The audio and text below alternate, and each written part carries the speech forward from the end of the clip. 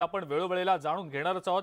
पण पुन्हा एकदा मुंबई जवळच्या नाला सोपाऱ्यातनं महाविकास आघाडीच्या महामोर्चासाठी युवा सेना ट्रेननं निघालेली आहे। महापुरुषांबाबतच्या आक्षेपार्ह विधानाप्रकरणी महाविकास आघाडीनं मुंबईमध्ये महामोर्चाचं आयोजन केलंय।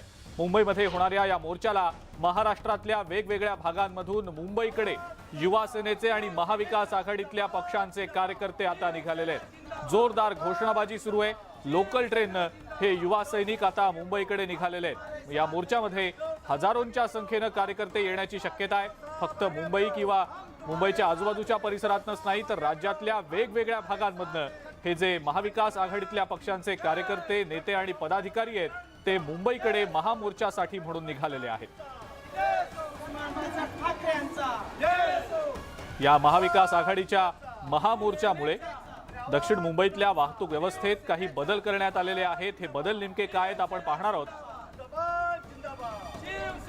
वाहतूक व्यवस्थेत जे काही बदल या अनुषंगाने करण्यात आलेले आहेत त्यावर एक नजर टाकूया आपण।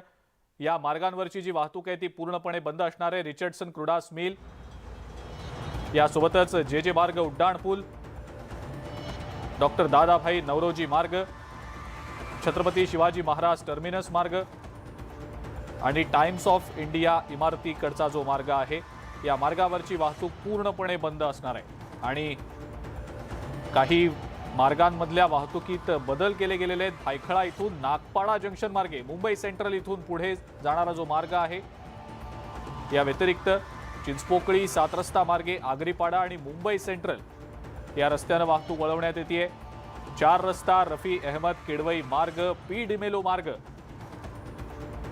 असे काही बदल वाहतुकीमध्ये करण्यात आलेले आहेत। मुंबईकरांना